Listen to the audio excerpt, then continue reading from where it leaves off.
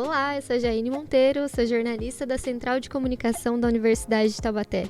Esse é mais um episódio do programa Regresso, em que, muito bem acompanhada, eu recebo aqui pessoas de influência no mercado de trabalho e, claro, sempre um aluno para falar sobre as tendências, sobre carreira e, claro, relembrar os tempos de ouro da universidade. Esse programa ele faz parte das comemorações de 50 anos da nossa instituição, que então há 5 décadas se dedica aí à pesquisa, ao ensino, à extensão. E hoje a gente traz aí histórias que fazem parte desse capítulo tão importante da nossa instituição, da nossa Unital. Estou com ótimas companhias para o programa Regresso de hoje e eu vou começar, claro, com o mestre, o professor Roberto José Falcão Bauer, ou professor Bauer, para os íntimos, para os mais chegados, né, professor? Ele é egresso de Engenharia Civil pela Unital e ele colou grau pela 10ª turma do curso em 1975. Eu vou pegar a minha cola aqui porque o currículo é extenso, viu, pessoal? Bom, em 1975 ainda era a Escola de Engenharia de Taubaté e depois se tornou Unital. E como bom filho a casa torna, o professor Bauer não só retornou para o regresso de hoje, mas ele também dá aulas aqui na universidade. Ele é nosso docente ali no campus da Juta e ele ministra aulas com ênfase em materiais de construção e patologia das estruturas de concreto armado. Além disso, ele tem uma veia empreendedora muito forte porque ele passou por cargos técnicos e de gestão dentro do grupo Falcão Bauer.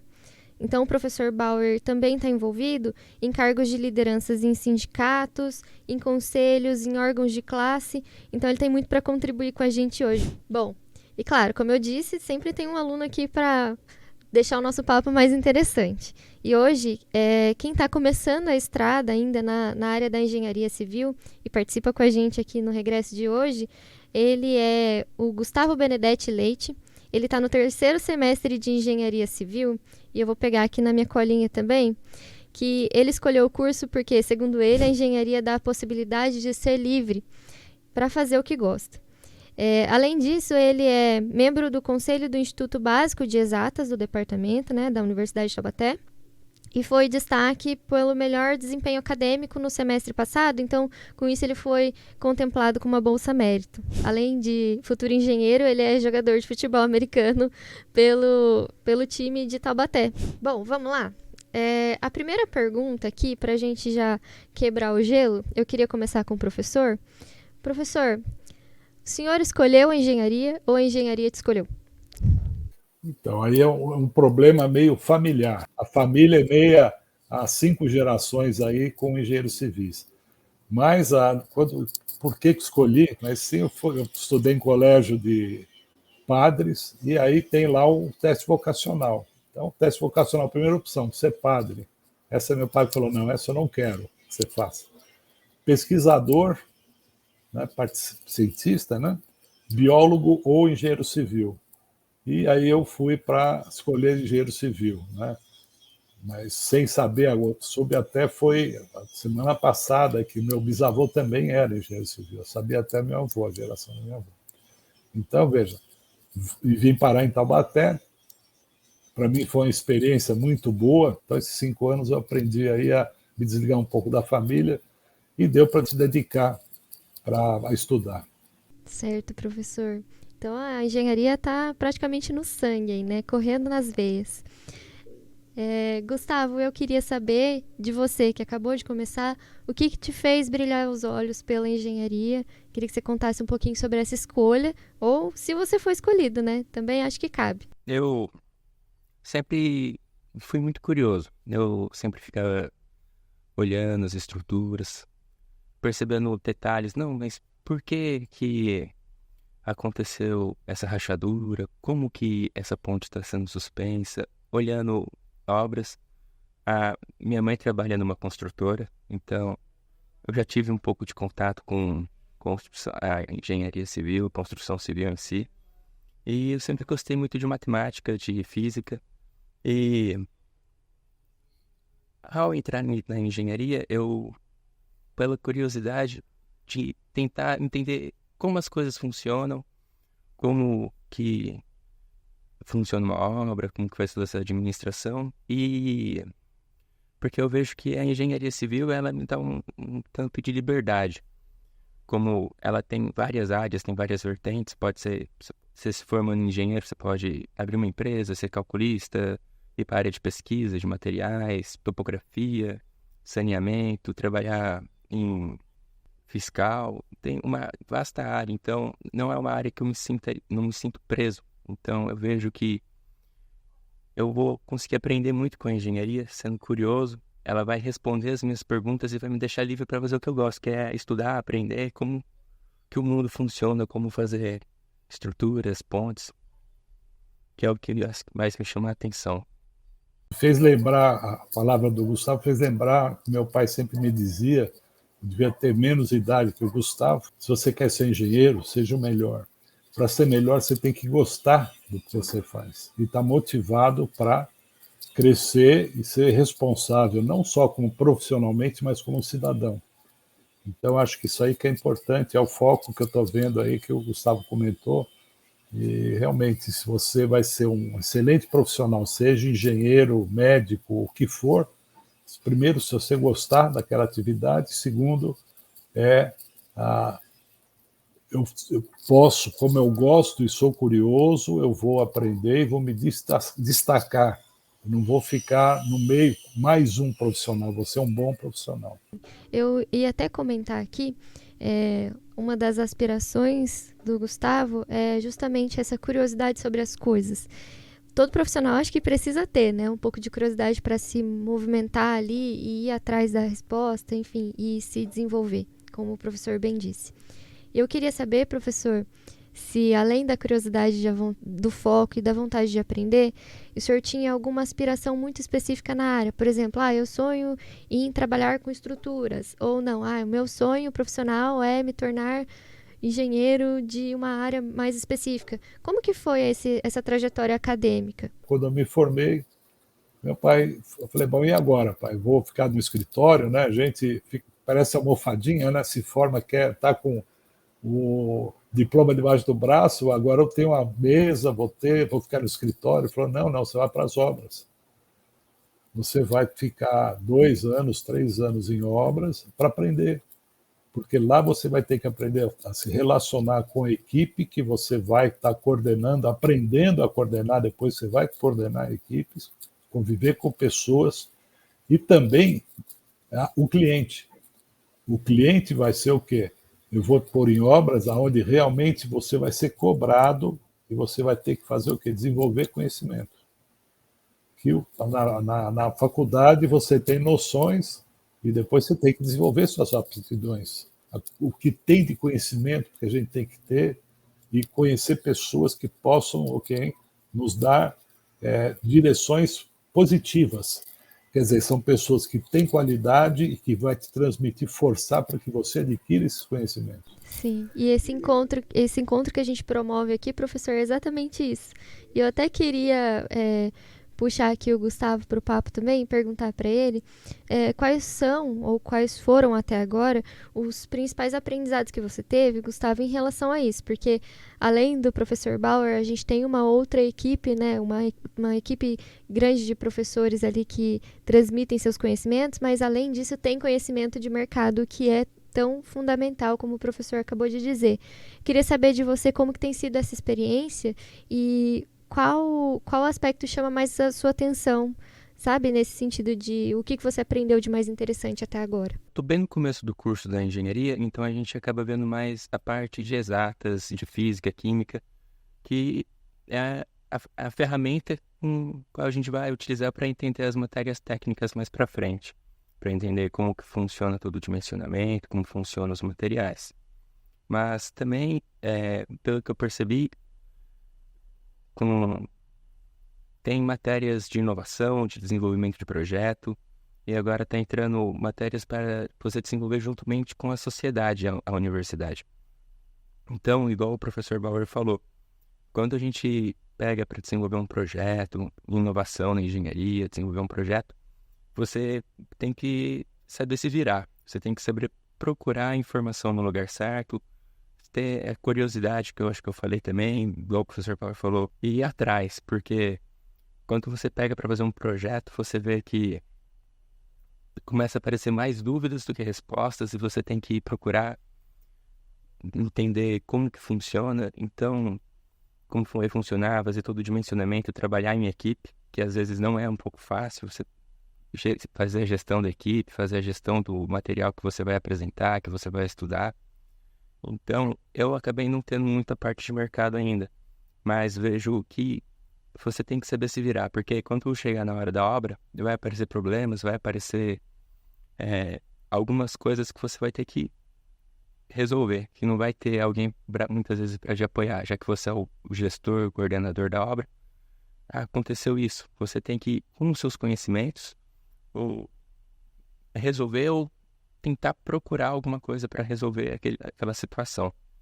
E sempre também trabalhando um planejamento, porque se você for deixar para fazer tudo em cima da hora, vai acabar tendo problemas. Mesmo planejando, é fácil de acontecer problemas, imagina quanto não tem um planejamento, quanto não tem uma boa comunicação. E a comunicação é algo muito importante, já que como a gente convive com humanos e às vezes a gente dá uma instrução e acaba tendo uma ambiguidade na interpretação. Então, sempre trabalhar com planejamento, com uma boa comunicação e com um bom relacionamento com a equipe. Se não tiver um bom relacionamento com a equipe, o trabalho não vai para frente. Vai acabar ficando enroscado. Até completando aí, o Gustavo, antes de começar as aulas, eu gosto de chegar mais cedo, né, para montar o circo, como eu falo, né, preparar a sala de aula para o pessoal. E conversando com ele, a gente vê, e comentei com ele, acho que seria interessante, eu me lembrei, olha, todos nós, eu também, temos ignorância. Ignorância não é de estupidez, não, é falta do conhecimento. E posso enumerar inúmeras situações onde eu achei que eu conhecia tudo, chegou num ponto, falei, eu não conheço.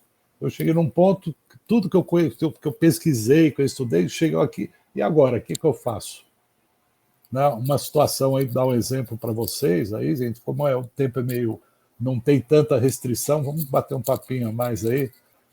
Vocês devem saber, o metrô de São Paulo tem uma linha que liga a estação Paraíso até o Hospital das Clínicas. São 4 estações, 3 grandes construtoras, e as estações estão enterradas, né? E o revestimento interno dessas estações eram placas cerâmicas. E essas placas cerâmicas estavam caindo antes da inauguração. Eles estavam fazendo acabamento, como o trem circula, né, que ele tem que passar para fazer o teste, há um deslocamento de massa de ar dentro do túnel, e lógico que nas estações também. E as cerâmicas caíam. Eles assentavam no dia seguinte, ou depois de uma semana, estavam caindo peças. E aí o engenheiro, como eu já estive 4 anos trabalhando pela Bauer como subcontratado do metrô, o engenheiro chegou para mim e falou, olha, Roberto, vem aqui, eu preciso de um laudo, por que está caindo a cerâmica? Relacionei tudo que eu tinha de conhecimento, que existiam em normas aqui no Brasil, e fiz lá umas horas de inspeção, os ensaios, e dei o orçamento, e aí ele falou, tá aprovado. Depois de 2 meses, né, de fazer a inspeção em todas as estações, fazer os ensaios, não cheguei a conclusão nenhuma. Por que está caindo alguma? Eu tenho a ignorância desse fato. É real? Está caindo? Tá. E voltei lá no metrô, aí o engenheiro, amigo, né? Amigo mesmo, eu tenho amizade. Ele falou, olha, Roberto, você fez a proposta, não me interessa. Se vira, eu quero saber por que está caindo. E o preço já está pago, se gastar mais, o problema é seu. E aí eu fui consultar os especialistas. E acabei descobrindo que um engenheiro químico italiano, Luciano Barzaghi, ele veio para o Brasil na década de 60, trabalhou na cerâmica São Caetano, e ele realizava uns ensaios exatamente caracterizando o fenômeno que estava ocorrendo nas estações.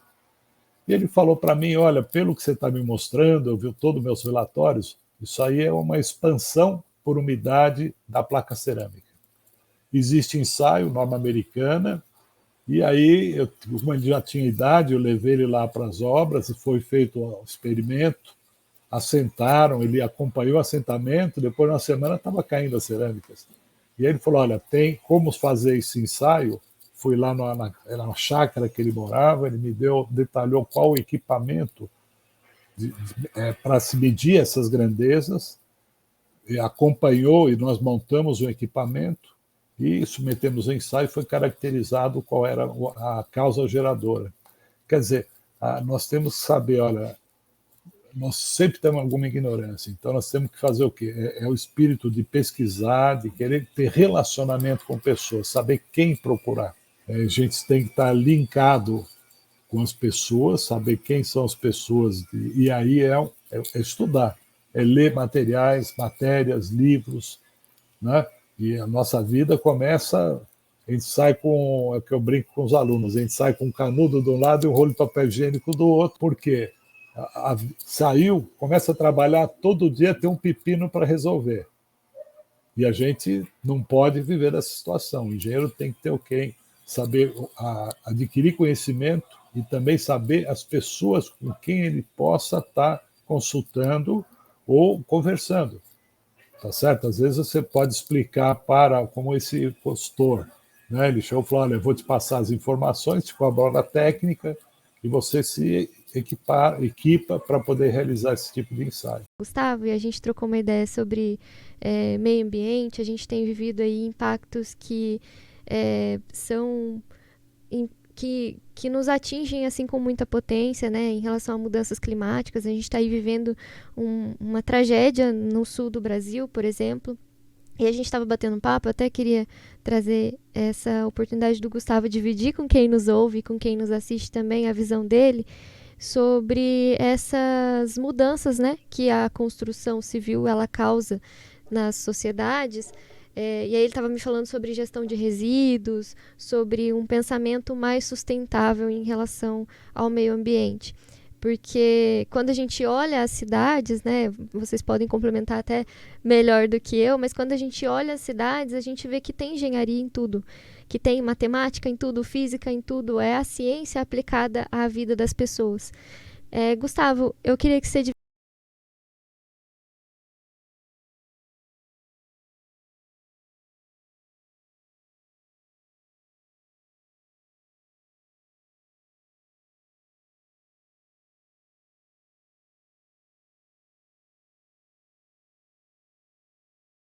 O ser humano, para conseguirmos sobreviver, para conseguirmos morar, ter uma vida, a gente modifica o meio.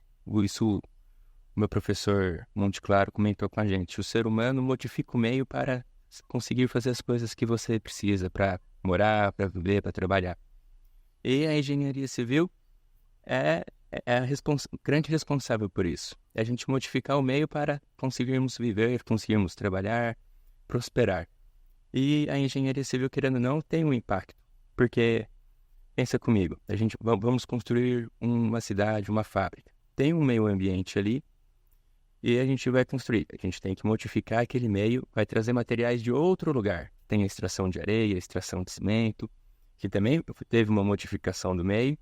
E a gente vai construir, vai gerar resíduos, que também vai para outro lugar. Então, a gente modifica o meio ambiente a meio que o nosso favor para conseguirmos ficar estáveis. E se a gente não tiver uma visão quanto a isso, e somente ir construindo ou poluindo, também envolve gestão de fábrica, resíduos de fábricas como plástico, vidro, borracha, que acabam poluindo e voltam para nós mesmos. Os recursos não são ilimitados e o mundo é um lugar finito. Então, esse nosso lixo, essa nossa gestão, se não for feita com uma maneira adequada, não vai atrapalhar somente o meio. Imagina, uma construção civil de forma irregular começa a gerar resíduo e começa a descartar resíduo de uma forma irregular. Ali vai ter doenças, vai ter bichos, vai ter água parada, começa a transmitir essa doença para as pessoas que estão em volta. Não é agradável você morar perto de um lugar sujo. O meu pai uma vez comentou que ele estava trabalhando em uma obra e não tinha uma gestão muito boa da marmita. Eles simplesmente pegavam a marmita e jogavam no lixo. Aí começava a vir bicho, cachorro, pegava aquela marmita, espalhava, começava a sujar a obra, começava a aparecer bicho, começava a incomodar as pessoas que estavam ao redor da obra. A obra também tem que ver se não incomoda a vizinhança e já entra para a segurança do trabalho, saúde. Será que essa obra não está causando impacto? Será que não tem algum barulho, essa vibração não está causando impacto na nossa sociedade? Os produtos químicos não vão causar impacto ao nosso redor? Então, ter essa visão que você não está sozinho, você está envolvido em todo o meio. Então, sua obra aqui está no meio da cidade, ela está modificando aqui, está trazendo materiais de outros lugares, está impactando toda a vida das pessoas ao redor. Então, ter uma boa gestão de resíduos, uma boa gestão de saúde, segurança, porque acaba causando acidente e doenças que acaba afetando a nossa sociedade em si. O que eu vejo muito, e eu acho que é fundamental, é a educação, não do engenheiro em si. Isso todo profissional tem que ter esses cuidados que, dependendo da área de atuação, que o nosso aluno comentou agora. Mas eu vejo a sociedade tem que estar educada para isso. Saber o que pesa, o que custa. Você olha, por exemplo, vamos pensar em construção civil. Eu vou preparar aulas aí, pego dados históricos, então tem uma aula onde eu falo sobre a ponte Rio-Niterói. E tem as fotos, então o pessoal andava de chapéu de palha, a sandália havaiana, e numa obra que hoje existe o quê? Uma lei regulamentação, que é a NR18, que é sobre segurança e saúde no trabalho, e o EPI, né, que são equipamentos de proteção individual, não só o coletivo, né, quando uma serra é coletiva, né, para não cortar o operário que está cortando a madeira, mas também o individual. E existem inúmeros exemplos, depende da nossa vontade. Uma delas, por exemplo, lá no sindicato da Sinduscom, São Paulo, que é o sindicato das construtoras, de sua década de 70, não estava nem formado ainda, né? O presidente, que era o Dr. Júlio Capobianco, analisando o nível de acidentes na construção civil, falou, puxa vida, os acidentes ocorrem com maior incidência, das 10 horas até das 9 às 10 horas da manhã. Aí foi ver, o operário morava longe, que em geral a residência dele é longe, ele tem um tempo de condução, ele toma um café na casa dele, aí quando chega às 9 horas o cara está fraco. Então ele instituiu, isso é o patronal, instituiu dar café, pão e manteiga para o sujeito se alimentar para minimizar esse problema. Por quê? Não é porque tudo está ligado, né? Existe o princípio de ser bonzinho? Não. É de ter produtividade, de saber valorizar a mão de obra e os funcionários, a equipe, se sentir bem. Então, você imagina, reduziu absurdamente os acidentes. Ou seja, é questão de cidadania, de saber conviver, que se eu estou jogando algo, a quem eu vou atrapalhar? Né? Você vai por exemplo, onde você tem o Center Norte, perto da rodoviária aqui de São Paulo, ali era um aterro de produtos químicos. Tem um lixão ali. E o Otto Bongatti construiu aquele Center Norte, só que ele pesquisou o terreno para ver qual a medida para corrigir, para evitar um acidente. Agora, se houvesse uma legislação onde pensar, bom, nós vamos jogar aonde? Onde nós vamos conviver com isso depois? Existem inúmeros prédios que têm problemas enormes que ocorreram por falta da caracterização. Então, existe uma legislação que a CETESB tem para se fazer análise vamos supor assim, do que se tem de resíduo, seja em forma no solo contaminado ou lençol freático, água, né, de subsolo, e ações que têm que ser tomadas, é aonde vai levar essa terra. Porque antes tirava e jogava para outro lugar. Hoje não, hoje existe uma legislação em função do tipo de, vamos dizer assim, de material tóxico, há um tratamento diferenciado para cada um deles. Então, a preocupação em termos de conhecimento e saber se eu estou jogando algo, aonde eu vou pôr, eu vou danificar algum ponto. O avanço da tecnologia também tornou esse atendimento de demandas das pessoas, né, de necessidade, gestão de recursos, muito mais acessível, né, para os profissionais, professor. A gente conversou também anteriormente, não só sobre o avanço da tecnologia, mas o avanço da ciência que promove tratamentos de doenças, produção de medicamentos e, consequentemente, a expectativa de vida da população aumenta. E isso quer dizer que as cidades, né, a tendência é que as cidades fiquem com pessoas mais maduras, vivendo ali por mais tempo, e isso também exige uma adaptação de espaços. Então, eu queria saber dos dois, de que maneira vocês acreditam, né, ou a partir do conhecimento que vocês têm até aqui, de que maneira a engenharia, as engenharias ou a engenharia civil, a construção civil, tem olhado para isso, para esse jeito de viver nas cidades. Estatisticamente, tem estatística, então diz, olha, os brasileiros estão ficando mais velhos. Então, eu estou com 72 anos de idade, estou nativo e tal, não sei o que, está cheio de velhinho andando para todo lado, né? E tropeçando e caindo, porque não tem conservação de calçadas, e eles vão morar aonde? Como é que está a construção em termos de concepção de banheiros, né? Acesso a um idoso, não precisamos pensar na pessoa com deficiência, não PCD, mas se um idoso tem dificuldade de andar, e como é que vai ser feito isso? E aí entrou o quê? A legislação, então tem que ter um número mínimo de cotas. Então você vê para estacionamento para idoso e PCD, foi ter que fazer uma lei, porque as lojas têm que ter lá perto do acesso um número tal de vagas em função do percentual. E aí começou-se também a fazer em hotéis e residências. Prédios aí tem que ter um percentual. Conforme que aí você é obrigado, né? Porque vai mudar. O engenheiro às vezes não gosta que mude as coisas, né? Para que vai mudar? Aí entra uma lei que diz que tem que mudar, adaptar às necessidades daquelas pessoas. Então existe uma norma que ela não é recente, ela é da década de 70, final de 80, que tem dificuldade para ser atendida, que liga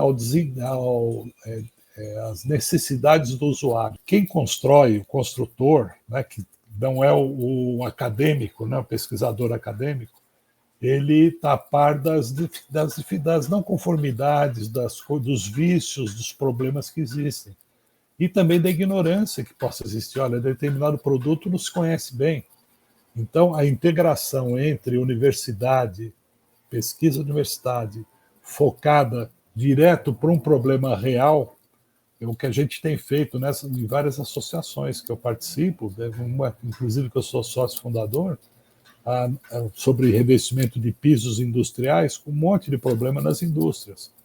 E aí nós chamamos quem? Professores que estão orientando o trabalho de mestrado, doutorado, e falou, olha, vamos fazer um bem bolado?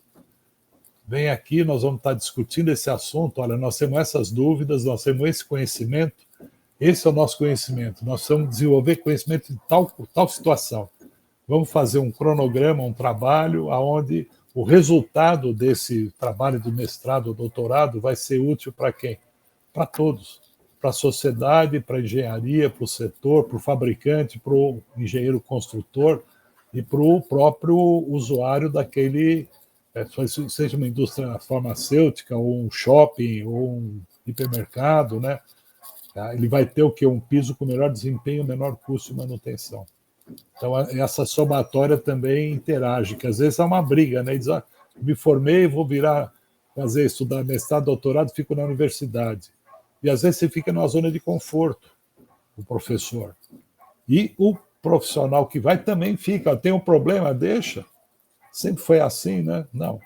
Então, vamos juntar esforços, né? E fazer uma coisa bem feita, né? E criar um novo, vamos assim, melhorar o conhecimento, conhecendo as dificuldades e achar soluções, né? Pesquisa e soluções visando sanear essas coisas, tirar essas dúvidas do mercado e do fabricante também. Sim. Aqui na Unital a gente tem, inclusive, a indissociabilidade entre ensino, pesquisa e extensão justamente por isso. A extensão universitária nada mais é do que o aluno e o professor que vão até a comunidade, não só para prestar um serviço, mas também para ouvir e trazer demanda de pesquisa. Então, esse intercâmbio de saberes e de conhecimento com a comunidade é muito valioso. E eu imagino que o Gustavo esteja vivenciando sobre isso. Queria saber se ele quer complementar. A gente, como foi dito, às vezes a gente tem uma visão. E é legal ter essa troca com várias pessoas para que a gente possa ter várias perspectivas de vários assuntos. Então, às vezes, eu, quando estou me formando em engenheiro, tenho uma visão um pouco mais técnica relacionada à arquitetura moderna. E a pessoa tem uma outra visão. Um arquiteto que se forma tem uma outra visão. A sociedade tem uma outra visão. Então, essa integração com a sociedade, com os profissionais, e essa troca de informações, essa troca de conhecimento, acaba evoluindo e criando soluções melhores. Às vezes, eu sou técnico em segurança e eu tenho uma visão relacionada a mais segurança. Quando eu vou em algumas obras, verifico. Só que não é só a minha visão. Eu tenho que conversar com o operador, tenho que conversar com a pessoa que está lá na frente, porque ela vê os riscos, ela sabe mais da atividade dela do que eu. Então, a comunidade sabe mais da comunidade do que você. Você tem uma visão técnica. E a comunidade tem a vivência, tem a experiência, tem toda essa carga de conhecimento que ela aprendeu pela vida, pela experiência dela. E você tem um outro tipo de conhecimento, um conhecimento que a gente está se formando na universidade, mais técnico, mais teórico. Então, essa integração e essa troca de conhecimento sempre vai trazer benefícios. Então, cada um contribui um pouco para a construção do conhecimento e a evolução das técnicas atuais e dos materiais da sociedade. Você fez me lembrar uma situação que eu convivi. Fui para trabalhar, participar, né, que não tem remuneração, é voluntário, como conselho consultivo do Sinduscom. E os conselheiros, não é um voto em bloco, chapa fechada, são pessoas que são escolhidas. E lá tinha oposição e situação, com relação à atual presidência, que foi também eleita. E aí se ficavam discutindo, quer dizer, cada um puxa do cobertor, é pequeno. Você sabe como é que é, né? O mais forte puxa, o outro do lado puxa para cá e está descobrindo o outro. E eu participando da reunião, e já tinha um tempinho, aí eu falei, poxa vida, né? Nós estamos aqui brigando por besteira. Porque se eu olhar, são grupos diferentes, mas pode haver sobreposições, alguns tópicos são comuns para os dois estão de acordo. Vamos começar a trabalhar nesse ponto? Que fortalece, quebra aquele ranço que o pessoal tem, então começa a trabalhar em conjunto. Então, eu consegui quebrar muito esse paradigma que às vezes você vê. Você chega e fala, bom, a sociedade não aceita o que tecnicamente a gente sabe, que é o correto, mas tem alguns pontos que é comum. Então, vamos começar por ali e não criar um atrito a mais. Vamos amenizar. E havendo aí as pessoas começam a olhar mais em conjunto. Puxa, mas eu posso te ajudar nesse sentido. Como é que você pode fazer? Porque quando você entra e fala, não, olha, o que vocês estão fazendo está errado, o cara vai falar, pô, quem que é esse cara que está querendo fazer aqui comigo? Né? Mas veja o que é comum, que os dois grupos que estão pelejando têm alguma coisa em comum, vão começar a trabalhar por ali. Isso cria um vínculo de respeito e confiança. E aí começa a se escutar. A dificuldade nossa é que nós falamos mais do que a capacidade de absorver, filtrar e entender o que precisa ser feito. A gente falou aqui, né, recapitulando um pouco o nosso papo, a gente falou sobre desenvolvimento de habilidades, não só as técnicas, mas também de comunicação, de gestão de equipes, de relacionamento interpessoal. A gente falou sobre a escuta ativa, a gente falou de meio ambiente, de sustentabilidade, o papel do engenheiro, né, enquanto uma visão global das cidades e dos jeitos de existir nesses espaços. E eu queria saber de vocês, de uma maneira muito breve, em uma frase, De que maneira vocês acreditam que vai ser a engenharia do futuro? Olha, vamos no jogral. O que eu vejo é o seguinte: a engenharia tradicional, ou seja, todas as atividades desenvolvidas num canteiro de obras, vai cada vez ser menor. Nós temos que entrar num processo de racionalização, industrialização é o termo. Então, veja, em vez de estar lá, tu abrir uma forminha de madeira, colocar o ferro, colocar o concreto, por que não pré-fabricados? Onde eu tenho menos desperdício, que eu não vou fazer barulho nas obras, porque não vai ter caminhão andando na rua aí de concreto, vai ser feito num local, num pátio fechado, onde o operário não vai ficar na chuva, tá certo? Se ele tiver que trabalhar de dia e de noite, há um volume sempre de serviço numa área coberta, que é o industrializado, que são os pré-fabricados, né? E aí você leva, e módulos, né? Você tem lá, por exemplo, parte elétrica, pode levar já um kit montado e já põe ali, veste dentro da parede. Quer dizer, são soluções aonde mecanização também, você pode ter muita coisa, você vê que já tem até a argamassadeira que você faz a parede em 3 dimensões, no equipamento, como se fosse um scannerzinho, levanta a operaria. Aí você diz, e operário? Vai ser necessário? Vai ser necessário. Você vê na indústria, aí o próprio caminhoneiro, né? Eu gosto de assistir domingo, sábado de manhã e domingo, tem lá o Brasil Caminhoneiro e tal. Aí você fala, poxa, o cara que a gente via quando eu estudei em Taubaté em 71, 75, era o Fenemê, e o cara ficava pendurado lá pro lado de fora, por causa do calor da subida ali pela Dutra, e hoje o carro é praticamente... o motorista já não é mais um motorista. Ele tem que ter um conhecimento de informática para poder dirigir esse veículo. Tá certo? Então, na construção civil, nós temos que investir no profissional. Não é virar tudo máquina e não vai ter mais ninguém, não. Vai ter o engenheiro para idealizar, criar novos materiais, novos recursos, tá certo? Acompanhar a execução e os operários serem qualificados. Sim. Eu acho que isso é fundamental. Sim. E você, Gustavo, o que você acha? Para a gente finalizar aqui o nosso jogral. Como o professor falou, a sociedade, ela, conforme o tempo vai passando, ela exige um conhecimento mínimo para você estar dentro da sociedade, para você conseguir participar da sociedade em si. Então, a construção, ela vai evoluindo, a engenharia vai evoluindo, a sociedade vai evoluindo de uma forma que você tem que ter uma experiência mínima, um conhecimento mínimo para conseguir exercer.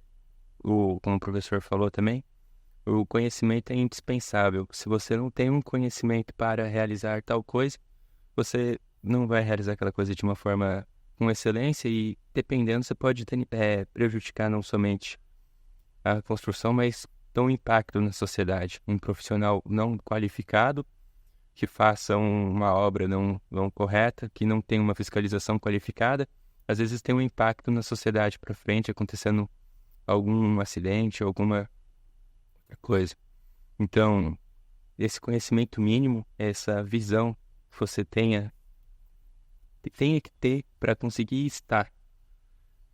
Vai provavelmente surgir mais equipamentos com mais tecnologia, materiais com maior tecnologia. Se uma pessoa não tem algum conhecimento para utilizar esse material, utilizar esse equipamento, não vai utilizar ele de forma correta, então não vai atingir a qualidade a qual o equipamento ou qual o material, a mínima qualidade exigida.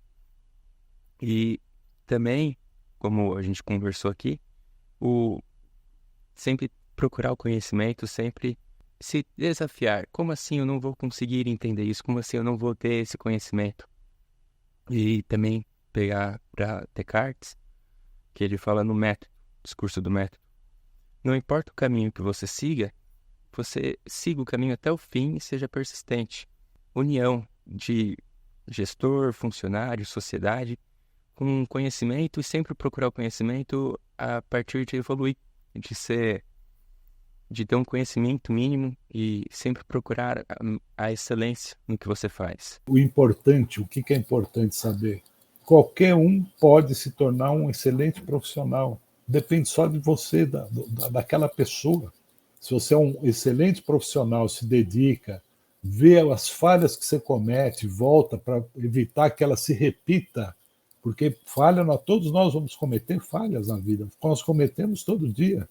Só que nós temos que ter o quê? Uma análise crítica, ver, olha, onde eu estou errando e como é que eu resolvo isso. O network não é quem você conhece, tá certo? Quem você conhece, você pode conhecer o mundo, né? E aí? Agora, quem conhece você? Quem conhece você como um bom profissional, um profissional regular, isso que você tem que estar na sua cabeça. Não, eu tenho que ser um bom profissional porque eu vou ser reconhecido. Tem coisas boas e ruins, e tem que ter coragem de falar, olha, eu vou enfrentar esse problema e resolver. Resolvido é um problema a menos. Eu queria encerrar agradecendo vocês por essa aula que a gente teve aqui hoje. Eu fico muito feliz de poder abrir esse espaço e principalmente de poder aprender também com os meus entrevistados aqui no Regresso, porque sempre tem um aluno que traz uma visão, um egresso que traz a outra visão e no fim das contas é tudo sobre fazer as coisas de pessoas para pessoas. Então é isso também que a gente quer trazer aqui nessa série comemorativa, né, da Universidade de Taubaté, em comemoração a essas 5 décadas de dedicação ao ensino, à pesquisa e à extensão. Então, agradeço muito vocês pelo tempo, pela disponibilidade e eu espero que a gente se reencontre por aí em outros papos. E se você quer saber mais, é só acessar unital.br/egresso. Tchau! Tchau, até logo.